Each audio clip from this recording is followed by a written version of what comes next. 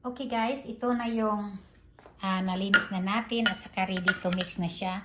Lalagyan na natin siya ng mga ibang ingredients. Lalagyan natin siya ng salt. Ito salt. Lagyan na natin siya. Estimate lang natin guys kasi hindi natin alam kung gaano kailangan natin yun. Gaano karami. Okay, so lagyan natin siya din ng black pepper. Black pepper. Bakit salt yung nalagay ko? Black pepper. Lagyan natin siya ng black pepper. Baka hindi open yan. Ayan guys. Black pepper.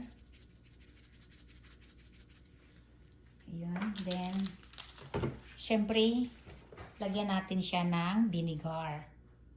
Estimate lang din natin yung vinegar guys. Hindi maramihan kasi baka maasim. Sobrang maasim. So,